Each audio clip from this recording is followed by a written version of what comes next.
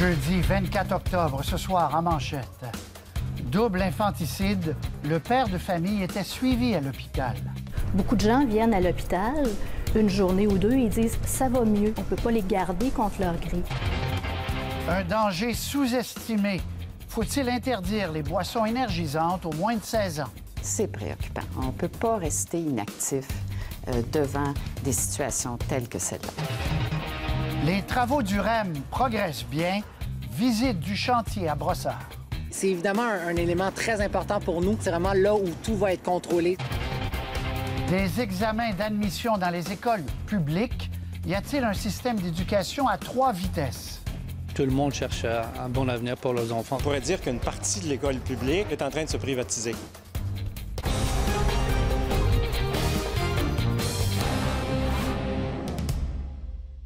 Bonsoir, Mesdames et Messieurs. Québec entend faire la lumière sur les soins qui ont été offerts aux pères de famille quelques jours avant qu'il tue ses 2 enfants et qui s'enlève la vie.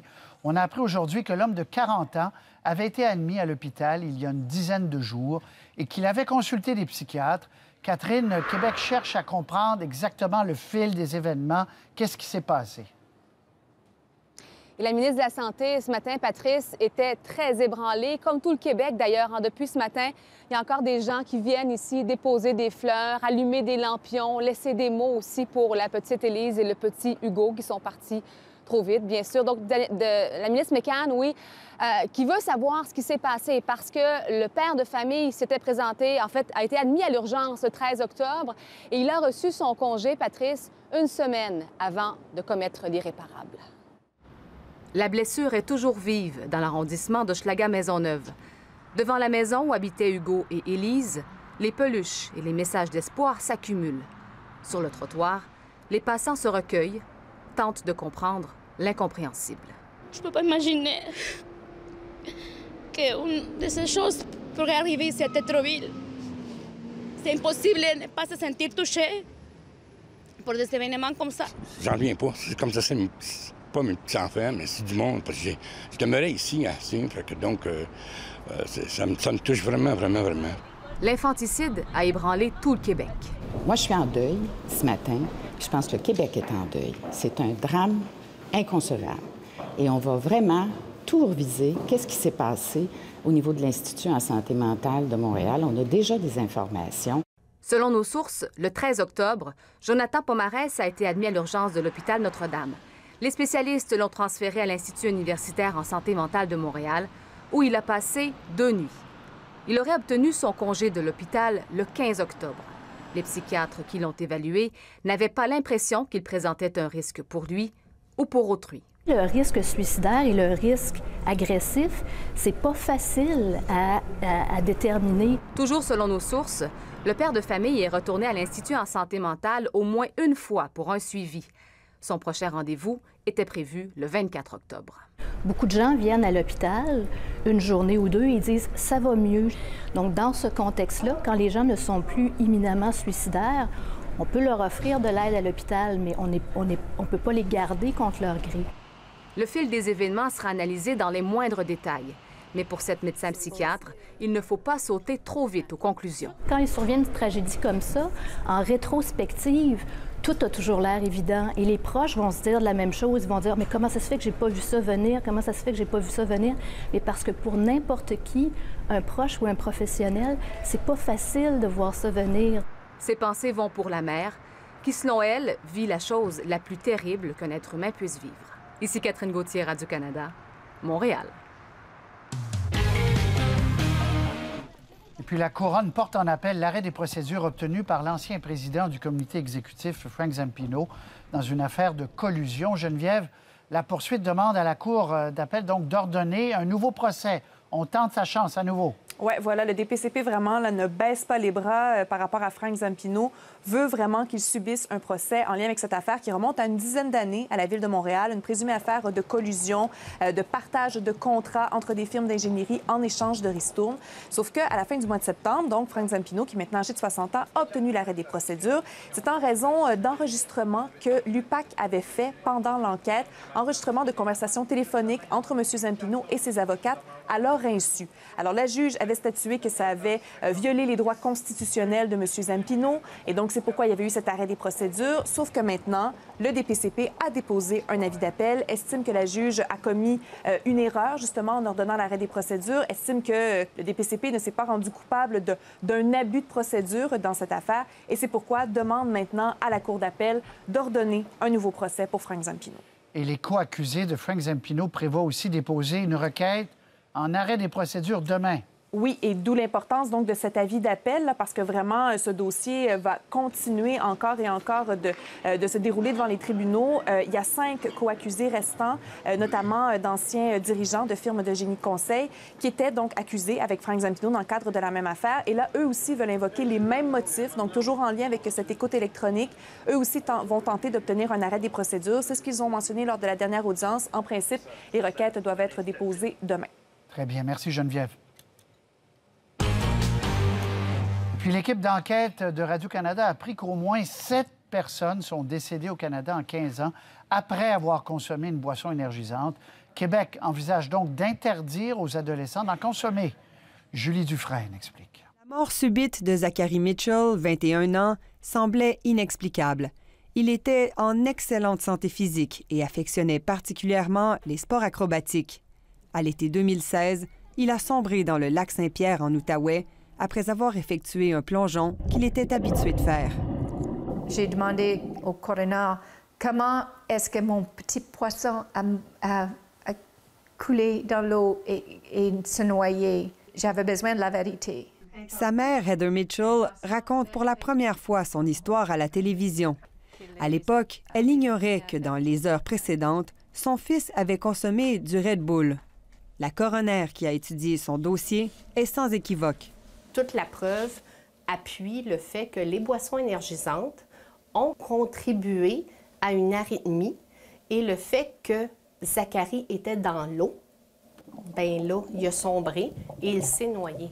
Les décès liés aux boissons énergisantes sont certainement des cas extrêmes, mais les effets indésirables liés à ces produits sont nombreux et bien documentés chez les jeunes de 12 à 24 ans que ce chercheur a sondé. We found that just about half of anyone who'd ever tried an energy drink. Près de la moitié de ceux qui avaient consommé des boissons énergisantes ont affirmé avoir ressenti un effet indésirable, comme des palpitations, des vomissements ou des convulsions, rapporte David Hammond. Ces études sont parmi les plus récentes au Canada sur la question. Ces effets ne sont plus rendus publics par Santé Canada depuis 2013. Enquête a découvert que depuis, 4 nouveaux décès ont été signalés aux autorités. Ils s'ajoutent aux 3 déjà connus. C'est un produit qui ne devrait pas être bu par les enfants ni les adolescents. Et malheureusement, c'est le grand public cible et c'est ceux qui en boivent le plus. C'est ceux qui sont le plus sensibles aux effets néfastes. Et en plus, souvent, ils les boivent dans un contexte justement d'activité sportive. C'est très préoccupant. C'est préoccupant. On ne peut pas rester inactif devant des situations telles que celle-là. Interpellée par nos révélations, la ministre québécoise de la Santé envisage d'interdire la vente des boissons énergisantes aux moins de 16 ans. C'est une des options qu'il faut regarder.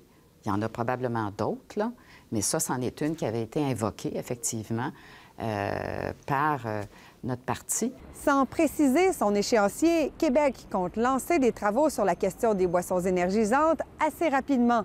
La ministre espère obtenir des recommandations des experts en santé publique avant les prochaines élections. Ici Julie Dufresne, Radio-Canada, Montréal.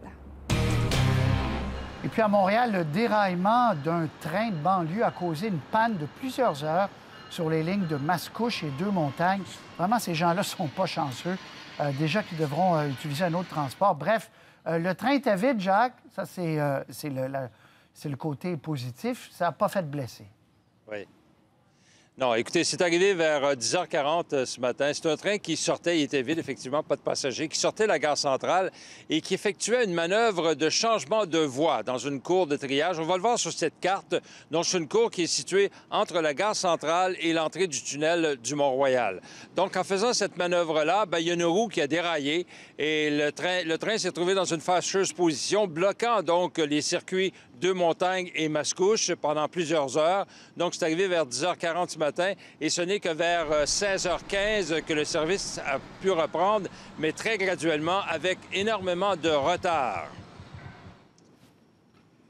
Oui, et je le disais, ces gens-là sont éprouvés déjà beaucoup. Oui. Les horaires, il y aura donc, on devra arrêter ce trajet-là pour faire de la construction. Il y a du mécontentement, là. Oui, il va y avoir des travaux du REM, effectivement, et le tunnel du Mont-Royal sera fermé à partir du début du mois de janvier. Alors, il va y avoir beaucoup de retard pendant plus de 3 ans. Mais aujourd'hui, cet incident, évidemment, c'est venu s'ajouter. Il y a beaucoup de retard et j'ai rencontré des usagers en fin d'après-midi qui n'étaient pas trop de bonne humeur. On écoute quelques réactions.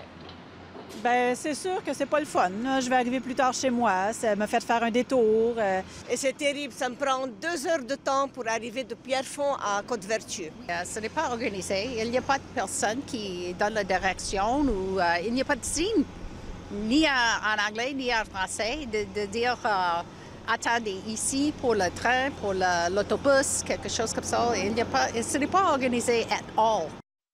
Ce n'est pas organisé, dit-elle. Merci, Jacques. Le chantier du REM, par contre, nous dit-on, progresse bien à Brossard. En tout cas, 1 an et demi après le début des travaux, la Caisse de dépôt assure que le train électrique va accueillir ses premiers passagers dès 2021, comme prévu. Jean-Sébastien. Dire qu'il y a 16 mois, les travaux du REM n'étaient même pas encore commencés sur la rive sud. À vitesse grand V aujourd'hui, ils avancent. Voici une partie des 18 km de structures aériennes prévues au projet. Ce tronçon reliera la future gare du quartier, située à la hauteur du 10-30, au terminus rive-sud de Brossard. C'est là, à l'intersection des autoroutes 10 et 30, qu'on retrouvera un stationnement de 3000 places, un centre d'entretien pour les wagons et puis ce futur centre névralgique. Alors, les poutres grises que vous avez juste ici, l'édifice qu'on est en train de construire, c'est le futur centre de contrôle du réseau express métropolitain, le cerveau, en fait, du REM. Comme c'est un système sans conducteur, tous les trains, qui soient à 60 km d'ici, à Deux-Montagnes ou à Sainte-Anne-de-Bellevue, tous leurs mouvements sont décidés et opérés à partir d'ici. C'est aussi ici, à Brossard, qu'on testera les nouveaux trains. À compter de l'automne 2020, des wagons du REM rouleront le long de l'autoroute 10 sur une distance de 3,5 km pendant 13 mois. L'idée, c'est de faire circuler les trains, de tester le fonctionnement des trains en hiver et en été, de tester le fonctionnement des portes. Le constructeur confirme qu'il aura accès à la travée centrale du nouveau pont Champlain dans les prochaines semaines pour ses travaux. Le REM y passera avant de se rendre dans Griffintown, puis au centre-ville. Tous en ligne donc pour inaugurer, comme prévu, la branche sud du projet fin 2021. L'ouverture du tronçon central qui passera dans le tunnel du Mont-Royal est quant à elle toujours envisagée fin 2022. Mais mettre aux normes cette structure centenaire sera un défi colossal et on sent la prudence. Il y a encore beaucoup de discussions sur la conformité. On travaille ensemble pour le faire avancer. Aujourd'hui, alors qu'on se parle avec ce qui est regardé, là, on vise rentrer dans nos échéanciers, mais ça n'en a pas moins qu'il ne faut pas minimiser l'ampleur du défi. Les branches vers Deux-Montagnes et Sainte-Anne-de-Bellevue, puis celles vers l'aéroport Montréal-Trudeau, seront quant à elles inaugurées fin 2023 au plus tôt. Ici Jean-Sébastien Cloutier, Radio-Canada, Brossard.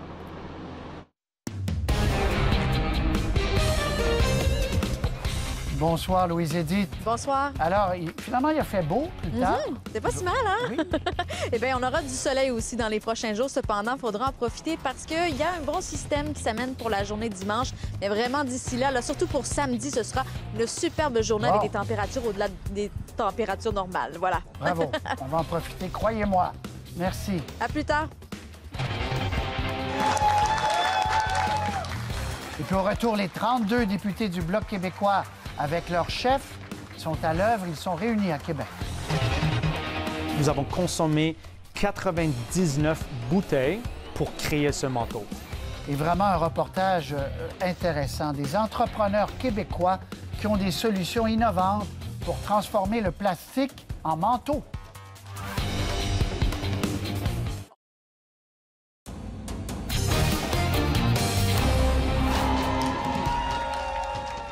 Ça y est, les députés du Bloc québécois qui ont accueilli leur chef aujourd'hui, puis ils ont tenu symboliquement, évidemment, leur premier caucus à l'ombre de l'Assemblée nationale à Québec. Reportage, Philippe-Vincent Foisy. Un accueil triomphant. Une équipe qui voit grand. Vous êtes le caucus qui va changer la façon dont on fait la politique. Le Bloc québécois veut se montrer uni, avec un message clair. On se met au travail sans tarder.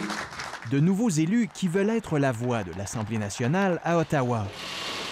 Mais le parti a reçu du gouvernement Legault un accueil poli, sans plus. J'ai parlé avec M. Blanchette le soir de l'élection ou le lendemain matin et j'ai dit à M. Blanchette qu'une fois que j'aurai rencontré M. Trudeau, bien, ça va me faire plaisir de rencontrer les gens de l'opposition. La CAQ insiste. Pas besoin du Bloc québécois pour faire passer son message. Ils ne feront pas le pont entre nous et le gouvernement. On va négocier de gouvernement à gouvernement. Sol Zanetti de Québec solidaire ne s'est pas montré impressionné par l'élection des 32 députés souverainistes. On n'a pas le poids ici au Québec d'aller faire respecter nos intérêts dans la structure canadienne parce qu'on a 23 % des sièges. Seul le Parti québécois a montré de l'enthousiasme. Il est le porte-parole des consensus de l'Assemblée nationale auxquels on contribue. Il ne doit rien ni à la CAQ ni au Parti québécois. Mais Yves-François Blanchet ne s'en formalise pas. Le premier ministre du Québec va gérer l'État québécois à sa convenance. L'Assemblée nationale a ses propres mécanismes de prise de décision.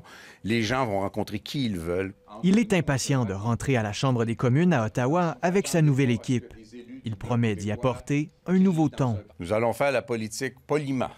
Ne vous attendez pas à ce que des élus du Bloc québécois crient dans un parlement ou tapent sur leur bureau ou lancent des insultes. Yves-François Blanchet espère que le pays ne retournera pas en élection avant les 4 prochaines années, et ce, même si Justin Trudeau est minoritaire. Une façon pour le Bloc québécois de reprendre sa place, mais aussi de regarnir ses coffres en vue de la prochaine bataille électorale. Ici Philippe-Vincent Foisy, Radio-Canada, Ottawa.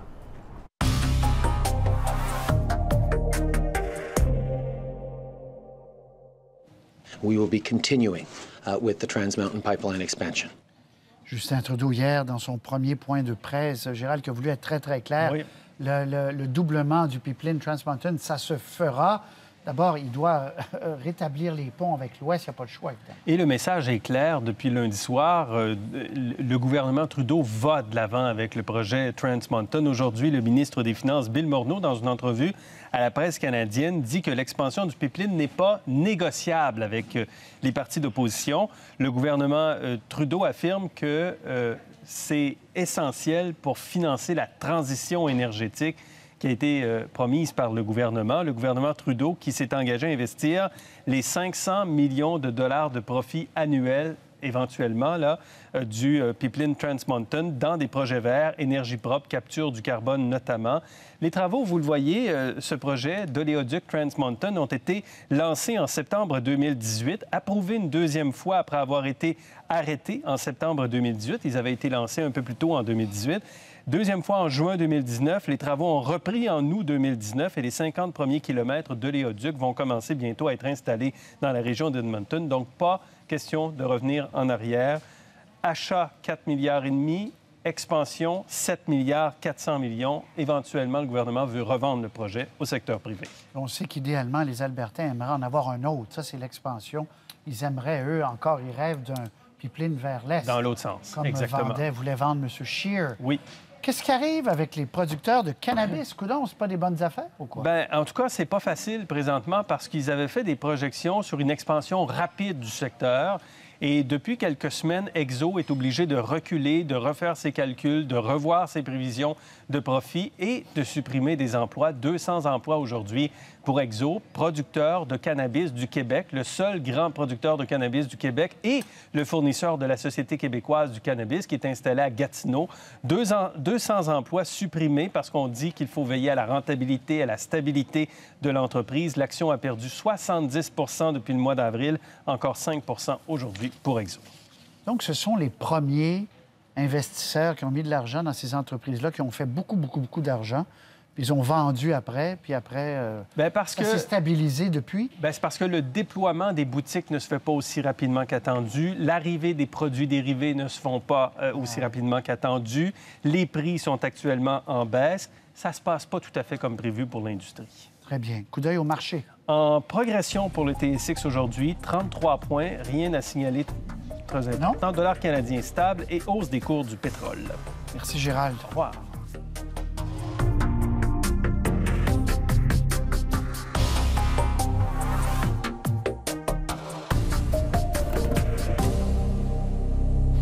Alors, si vous nous aviez... Voyons, je vais y arriver, mesdames et messieurs. Si vous m'aviez dit, avec des plastiques, on fait des bancs, on fait même du bitume, on fait des terrains de tennis, on fait toutes sortes de choses, bravo. Mais si vous m'aviez dit, on fait des manteaux avec le plastique qu'on met au recyclage, là, je suis surpris. Maxime Bertrand nous explique. Des porte-paroles de 200 organisations réunies afin de trouver de nouvelles pratiques d'affaires à impact social et environnemental plus positif en un jour, le défi était de taille.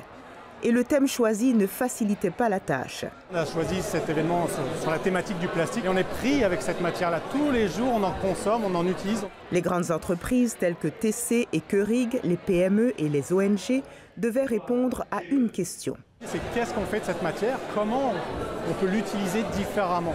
Mayer Vafi sait quoi faire du plastique. Ça, c'est un de nos meilleurs vendeurs. Ce manteau, nous avons consommé 99 bouteilles pour créer ce manteau. Nous sommes chez Norden, une petite entreprise de 4 employés, fruit de l'obsession de Mayer Vafi, trouver une façon de transformer le plastique. Il est stérilisé, il est déchiqueté, et puis là, l'extraction du pétrole se fait, qui est solidifié en billes. Avec ces billes, on crée le polyester recyclé, qui est le fibre. Donc, nous, on utilise ce fibre pour créer l'isolant, la coquille et la doublure de tous les manteaux Norden qui fait partie de notre collection. Est-ce que c'est confortable? Il faut essayer. Le prix? 485 détails. Pour confectionner des manteaux en quantité industrielle et à prix abordable, la société fait affaire avec un partenaire chinois certifié. Dans la poche de chaque manteau se trouve une bouteille en silicone sur laquelle figure un message de sensibilisation. Une bouteille dure 450 ans. Présentement, on consomme 1 million de bouteilles par minute. C'est quand même énorme. Seulement 7 % des bouteilles produites sont réclamées pour le recyclage. Fidèle à sa philosophie, Norden offre un programme de fin de vie. La PME demande à ses clients de garder leurs manteaux au moins 2 ans. Elle les rachète par la suite, les répare et les revend si possible, ou les fait recycler s'ils sont trop endommagés. Ici Maxime Bertrand, Radio-Canada, Montréal. À notre 18h30, de plus en plus d'examens dans les écoles publiques pour entrer dans des programmes particuliers. Est-ce qu'on est en train de créer un système éducatif à 3 vitesses? On pourrait dire qu'une partie de l'école publique est en train de se privatiser. Dans certains cas, plus la concurrence est élevée, plus ce sont les enseignants et les écoles qui choisissent les enfants, là.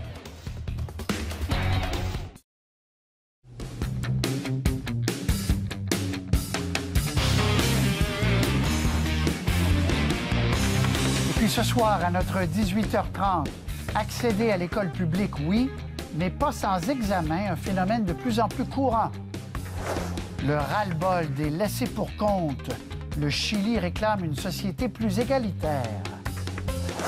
Et le film Parasite, Palme d'or à Cannes, il débarque à Montréal vendredi.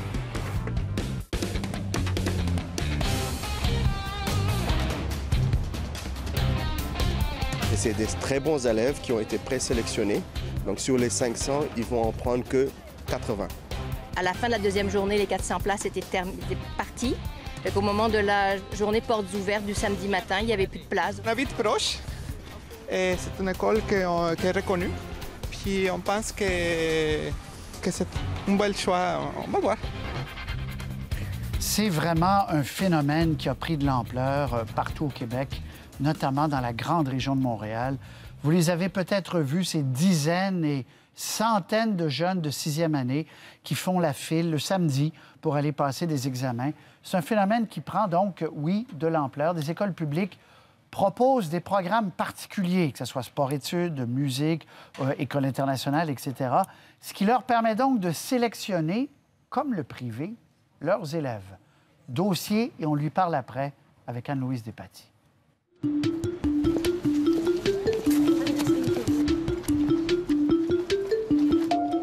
Samedi matin, 7h30, devant l'École internationale de Montréal, une école publique.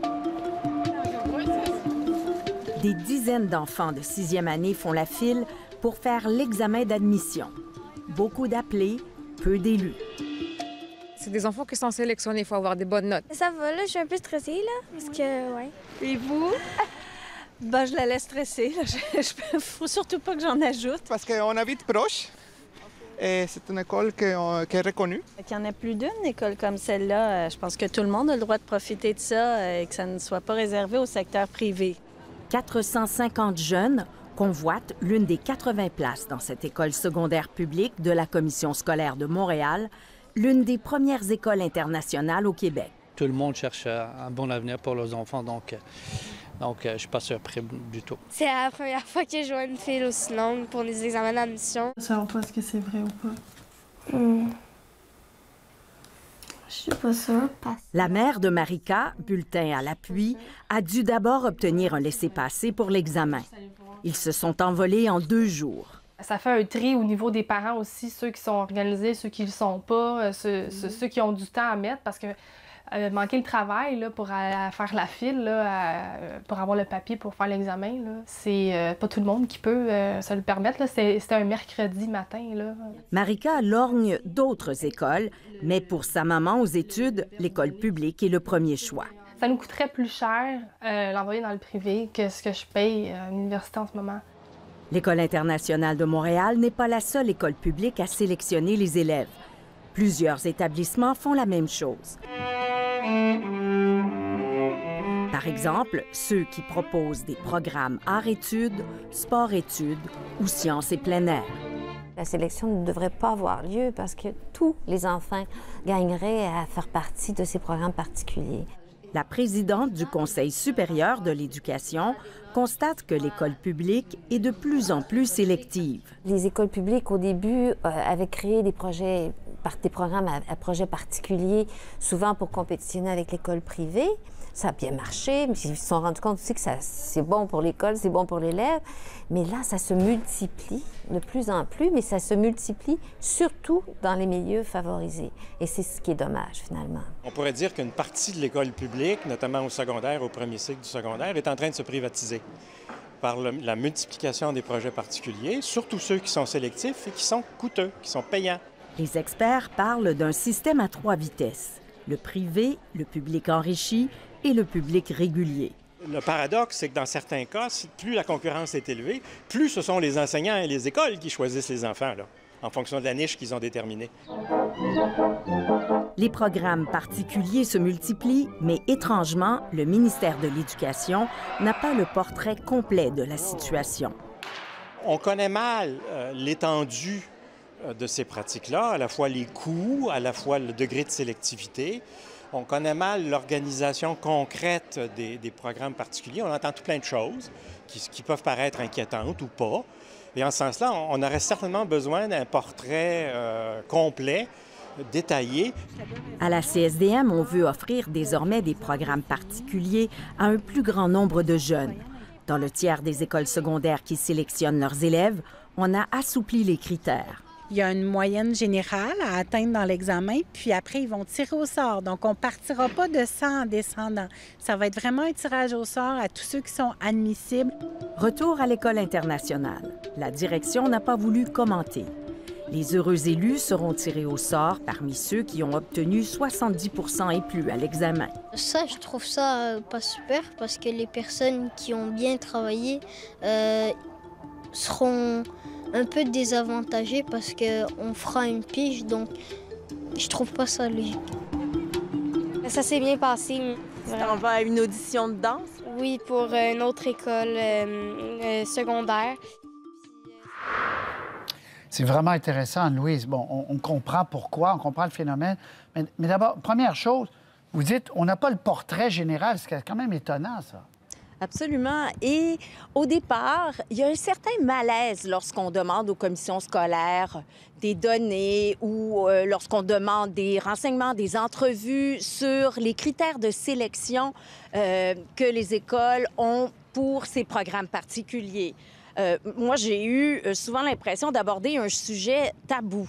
Et l'autre problème, c'est le manque de données exhaustives. Par exemple, au ministère de la Santé, on nous donne des statistiques qui montrent qu'au cours des 10 dernières années, il y a eu une certaine augmentation du nombre de ces programmes particuliers.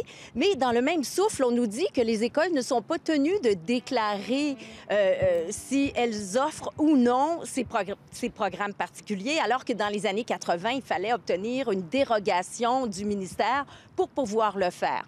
Alors, le ministre Jean-François Roberge semble vouloir dissiper le brouillard. Au printemps dernier, lorsqu'il s'est attaqué aux frais demandés aux parents par l'école publique, il a bien réalisé qu'il n'avait pas le portrait complet en ce qui concerne ces programmes particuliers. On l'écoute. Toutes les autres qui ont des projets pédagogiques particuliers, des profils, des couleurs, les frais qui sont chargés, tout ça, là, on est en train de faire un inventaire du réseau en ce moment même, et puis on rendra ça public de manière très transparente quand on l'aura. Il n'y aura pas de cachette. On veut faire ça d'ici Noël, mais je vous dis sincèrement, il n'y aura pas de cachette, ça va être de la transparence totale. Non, parce que déjà, bon, on sait, l'école privée, d'abord, il faut payer, puis après, il faut que l'enfant réussisse certains tests. Donc, c'est contraignant. L'école publique, dans l'esprit, c'est ouvert, les portes sont ouvertes. Mais avec ces programmes-là, les portes se referment, on choisit un certain nombre d'étudiants, et là, on se demande, dans la troisième catégorie, ceux qui peuvent pas entrer ou qui ne veulent pas, pour toutes sortes de raisons, entrer dans un programme particulier, est-ce que ça appauvrit l'éducation de ceux qui restent derrière? C'est le grand débat. Hein? Patrice, on parle d'un système de plus en plus à 3 vitesses. Mais le ministre, cet après-midi, mentionnait qu'il avait l'intention qu'il y ait de moins en moins de ces programmes sélectifs et il voudrait bien qu'un plus grand nombre d'enfants aient des programmes, des projets stimulants monter l'eau pour tout le monde, qui les passionnent pour rester à l'école. Mais vous savez, c'est un débat qu'on n'a pas fini de faire, le privé, le public. Et maintenant, l'école publique qui se comporte beaucoup comme l'école privée en faisant des journées portes ouvertes et des examens de sélection, d'admission. C'est vraiment intéressant, Louise. Puis il ne s'agit pas de condamner ça parce que oui, il y a des programmes qui sont demandés puis que les enfants veulent, que les parents veulent. Il s'agit de s'assurer, comme vous dites, que ceux qui sont derrière, qui ne rentrent pas là-dedans, ne se retrouvent pas dans une école publique moins, là. Exactement. Et la CSDM, entre autres, est une des commissions scolaires qui veut essayer de changer les choses, de répartir ces programmes-là à la grandeur du territoire, parce qu'on sait que ces programmes-là sont souvent offerts dans des quartiers plus favorisés où il y a beaucoup d'écoles privées. Donc, le facteur compétition fait en sorte qu'il y a même une concentration de ces programmes-là dans les quartiers plus favorisés. Oui, puis des fois, c'est les parents aussi qui deviennent un peu fous, puis il faut toujours absolument l'international, alors que l'école du quartier, bon, on veut débat... tous le mieux pour nos enfants. Bien sûr, bien sûr. Merci beaucoup, Anne-Lou. Merci. Au revoir. Mesdames et messieurs, qu'en pensez-vous, justement? Nos adresses, on vous écoute.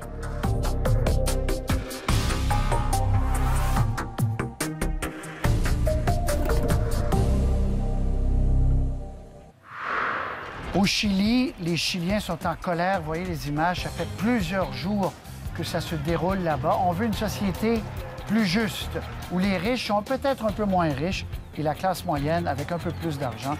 On en parle après la pause.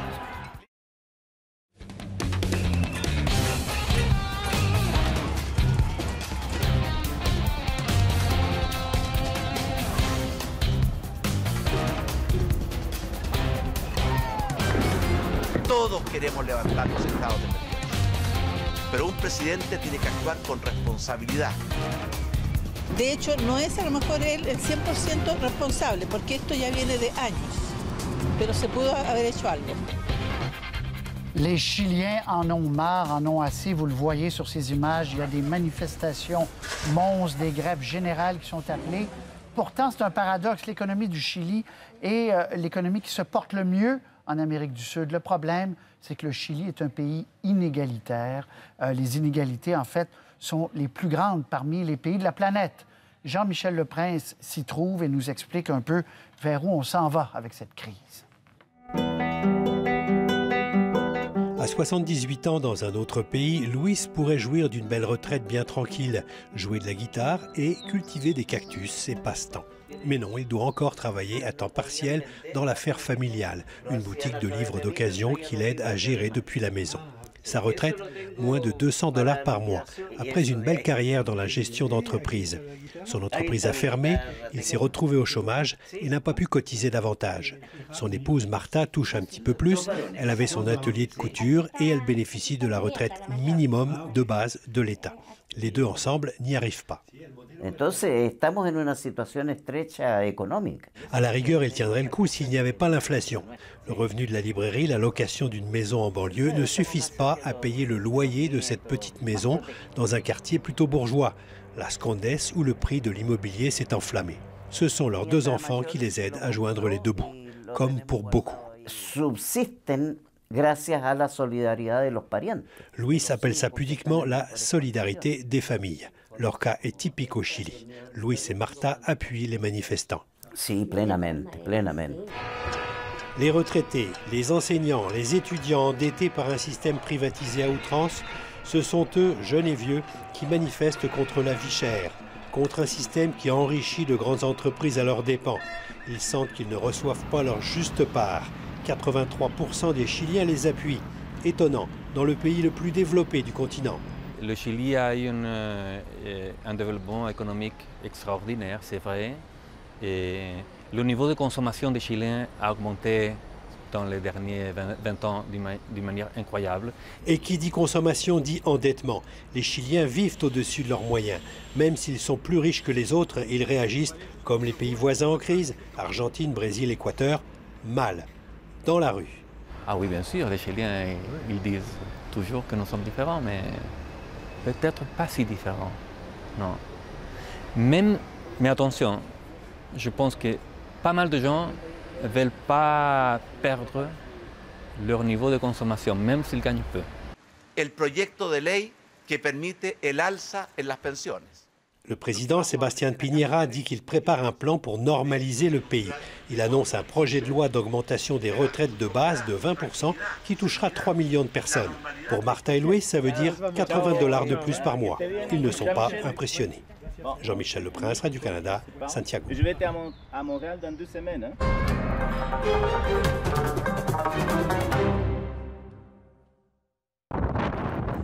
Comme une terreur nocturne.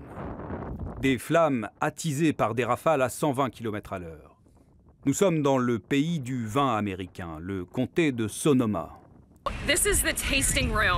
Le cru 2019 risque d'avoir un arrière-goût fumé. L'incendie Kincaid a brûlé 4000 hectares en quelques heures.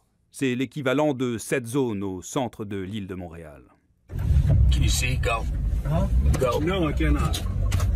Les flammes ne sont pas maîtrisées. Mais pour l'instant, il n'y a aucune victime à déplorer. Près d'1 millier de personnes ont reçu un avis d'évacuation. Et toute la journée, des moyens aériens se sont relayés pour déverser du retardateur.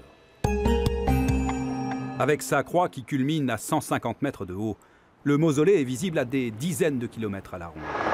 Mais s'il attirait l'attention des Espagnols, c'était surtout parce qu'il abritait le cercueil du dictateur Franco. Alors, pour que ça ne devienne pas une attraction pour les nostalgiques du régime, le Premier ministre espagnol a décidé d'exhumer sa dépouille. Elle a été transportée par hélicoptère pour être inhumée dans un cimetière plus discret au nord de Madrid. 100 000 victimes de la guerre civile espagnole sont toujours portées disparues. Boris Johnson a peut-être trouvé une porte de sortie pour donner un peu plus de temps au Brexit. Genuinely want more time to study this excellent deal. Si les parlementaires veulent plus de temps pour étudier l'excellent accord que j'ai conclu, ils doivent dire oui à des élections anticipées. Elles auraient lieu le 12 décembre si les élus disent oui lors du débat lundi. Boris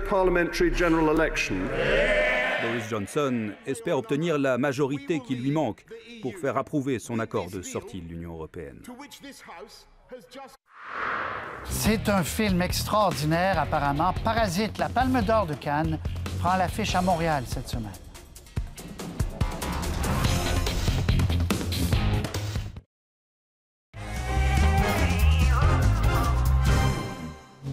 참으로 시의적절하다. 부자들이 원래 참 잘 속아. 사모님이 뭐랄까. 풀타임으로 수업 어떻게 하시는지. Is it okay with you? Alors, c'est effectivement apparemment un petit bijou. Ça s'appelle Parasite. C'est un film sud-coréen. Le film a remporté la Palme d'Or au dernier Festival de Cannes. Il arrive sur nos écrans demain. Nabi Alexandre Chartier l'a vu. La Palme d'Or revient à Bong Joon-ho. Reparti de Cannes avec les plus grands honneurs, Parasite a engrangé jusqu'à maintenant plus de 90 millions de dollars de recettes. C'est un film qui a cette vertu d'avoir réuni le beurre et l'argent du beurre. Donc, effectivement, une réussite populaire et une réussite critique. C'est un peu la marque de commerce de Bong Joon-ho. Le film raconte l'histoire d'une famille de chômeurs qui, à force de magouilles, réussit à s'incruster et parasiter la vie d'une famille riche. Je dirais la prémisse pourrait ressembler au Bougon, de par la famille de Césarée qui fait des combines pour se sortir de la misère. Et peut-être une rupture de ton puis une descente aux enfers qui pourrait s'apparenter à, je sais pas, Joker. 안녕하세요. Bien loin du cinéma hollywoodien, Parasite surprend, déroute et captive. Comédie noire et un film d'horreur et un passage de l'un à l'autre qui est quand même assez étonnant. Chez lui aussi un souci de dire quelque chose. Dans son 7e long métrage, le réalisateur vedette Bong Joon-ho met en scène une société inégalitaire où ni les riches ni les pauvres ne sont tout bons ou tout mauvais. En fait, on pourrait dire de Parasite que c'est l'anti-Downton Abbey. C'est de rester chacun à sa place, de ne pas bousculer l'ordre établi. Là, non seulement on le bouscule, mais quand on le fait, c'est parfois de façon sauvage. Autant que le cinéma de Bong Joon-ho traite souvent de préoccupations très coréennes, mais en même temps, c'est souvent des préoccupations qui sont universelles. Et le cinéma coréen, en particulier celui de Bong Joon-ho, est fait aussi pour plaire à un public international. Comme avec la K-pop, les autorités sud-coréennes souhaitent utiliser leur cinématographie pour rayonner à l'étranger. C'est une cinématographie à surveiller qui est en pleine transformation parce que les films sont solides, mais aussi parce qu'on a pris des mesures fermes pour lui réserver une place dans les salles de cinéma. Gageons que nous entendrons encore parler de Parasite, puisqu'après Cannes, le film pourrait bien s'illustrer aux Oscars. Ici Nabi Alexandre Chartier, Radio-Canada, Montréal.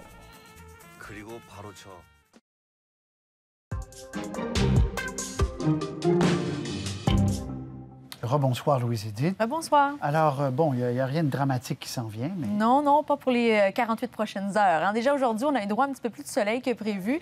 On a eu un petit peu de pluie ce matin, mais ça a été vite passé, et des températures, et encore une fois, qui étaient au-delà des normales de saison. C'est le cas depuis le début de la semaine, et je vous encourage, ça va rester comme ça jusqu'à au moins la journée de dimanche. Alors, pour ce qui est des précipitations, il peut y avoir quelques gouttes de pluie ici et là, encore dans les secteurs à l'est, au centre, et possiblement quelques flocons de neige également au nord. Mais sinon, pour demain, on aura un petit peu plus de soleil. Il y a cependant des nuages qui vont rester un petit peu plus accrochés pour les secteurs au sud, mais aussi au nord demain. Mais jusqu'à maintenant, ce sera vraiment pour demain parce qu'à compter de samedi, il y a l'installation d'un anticyclone qui lui apportera une belle journée sous soleil. Il faudra en profiter parce qu'on surveille ce système-là qui lui pourra apporter de bonnes quantités de pluie pour la journée de dimanche seulement. Alors voilà, en gros, pour demain, c'est un petit peu plus de soleil, encore plus pour samedi, pluie dimanche. Ce sera plus chaud également pour débuter la semaine. Un peu plus de nuages pour les secteurs du sud, encore une fois, pour la journée de demain. On aura une belle journée au centre et dans l'est également. Les vents qui seront plus présents, cependant, sur l'est du Québec. Il peut y avoir de légères probabilités d'averses à certains secteurs, c'est le cas au nord, surtout du côté du Témiscamingue, où on aura un 40 de probabilité d'averses dans ce coin-là. Possiblement encore quelques flocons de neige aussi possibles pour l'Abitibi et la Baie-James. Sinon, à long terme, belle journée samedi. On oublie ça pour dimanche. Retour du soleil pour la journée de lundi. Merci beaucoup, c'est très bien. Merci beaucoup. Mesdames et messieurs, merci à vous. On se retrouve très bientôt. Bonne soirée.